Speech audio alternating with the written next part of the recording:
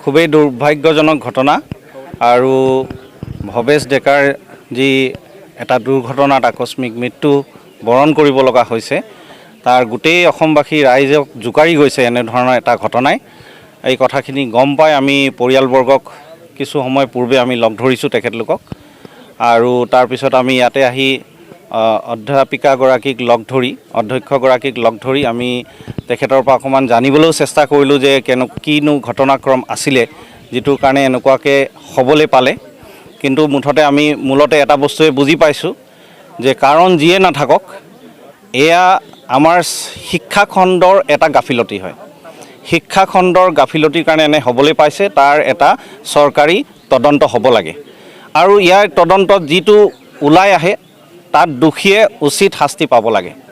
কিন্তু তাৰ উচিত শাস্তি যাতে পায়, উচিত তদন্ত হয়, মই ভাবিছোঁ যে মুখ্যমন্ত্ৰী ডাঙৰীয়া আহি এবাৰ পৰিয়ালবৰ্গক লগ ধৰিব লাগিছিলে। শিক্ষামন্ত্ৰীজনেও এবাৰ আহি পৰিয়ালবৰ্গক লগ ধৰিব লাগিছিলে। তেতিয়া মই ভাবিছোঁ যে এটা উচিত তদন্ত হ'ব আৰু তাৰপিছত ভৱেশ ডেকাই ন্যায় পাব, তেওঁৰ পৰিয়ালে ন্যায় পাব আৰু লগতে স্থানীয় ব্যক্তি ৰাইজসকলৰো এটা যিটো মই গম পালোঁ এটা ডিমাণ্ড আছে তেওঁলোকৰ যে এটা আৰ্থিক সাহাৰ্যও পৰিয়ালটোৱে পাব লাগে। কাৰণ ডেকা তেজাল ল'ৰা এজন আমি হেৰুৱাব লগা হৈছে। দ্বিতীয়তে যাতে দ্বিতীয়বাৰৰ কাৰণে অসমত ক'তো এনেধৰণৰ ঘটনা নঘটে তাৰ কাৰণে কিন্তু এই যিটো তদন্ত হ'ব, এই তদন্ত প্ৰক্ৰিয়াত যি ঘটনা যিখিনি ওলাই অহাৰ যি গাফিলতি আছে, গাফিলতিটো গোটেই অসমত যিমানবোৰ হাইস্কুল আছে বা শিক্ষানুষ্ঠান আছে চৰকাৰে চাব লাগিব যাতে এনেধৰণৰ গাফিলতি কোনো এটা শিক্ষানুষ্ঠানৰ ভৱিষ্যতে নহয়, দ্বিতীয়জন ভৱেশ ডেকাক যাতে আমি হেৰুৱাব লগা নহয়। জিলা শিক্ষা বিষয়ে এই মুহূৰ্তত এই বিদ্যালয়খনত পদাৰ্পণ কৰা নাই, আমি কথাখিনি আহি গম পাইছোঁ, এইটো দুৰ্ভাগ্যজনক বুলি ক'ম। তেখেতকো আহ্বান জনাইছোঁ, তেখেত আহি এটা উচিত তদন্ত কৰা উচিত আছিলে।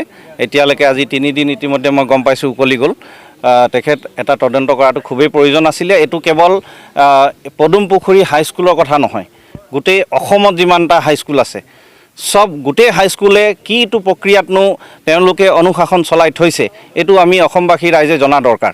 সেইকাৰণে তেখেতৰ অহা দৰকাৰ আছিলে, এটা তদন্ত কৰা দৰকাৰ আছিলে। মই তেখেতলোকক আহ্বান জনাইছোঁ অনতি পলমে তেওঁলোক আহক, এটা তদন্ত প্ৰক্ৰিয়া ইমিডিয়েট চৰকাৰৰ তৰফৰ পৰা হ'ব লাগে আৰু যি তদন্ত আহিছে প্ৰক্ৰিয়া মতে যিখিনি পোৱা গৈছে সেইখিনি ৰাজহুৱা কৰিব লাগে। শিক্ষক শিক্ষয়িত্ৰীৰ ওপৰতো ৰাইজৰ যথেষ্ট অভিযোগ আছে। তদন্ত প্ৰক্ৰিয়াত যিখিনি ওলাই আহিব নিশ্চিতভাৱে আমি চবেই সেইটোত সন্তুষ্ট হ'ব লাগিব আৰু ৰাইজেও মই আশা কৰিছোঁ তেওঁলোকৰ যিখিনি আপত্তি অভিযোগ আছে এই কথাখিনিত যিটো তদন্ত প্ৰক্ৰিয়া যদি চৰকাৰে হাতত লয় এই প্ৰক্ৰিয়াত নিশ্চিতভাৱে উদঙাব, অসমবাসী ৰাইজেও নিশ্চিতভাৱে গম পাব।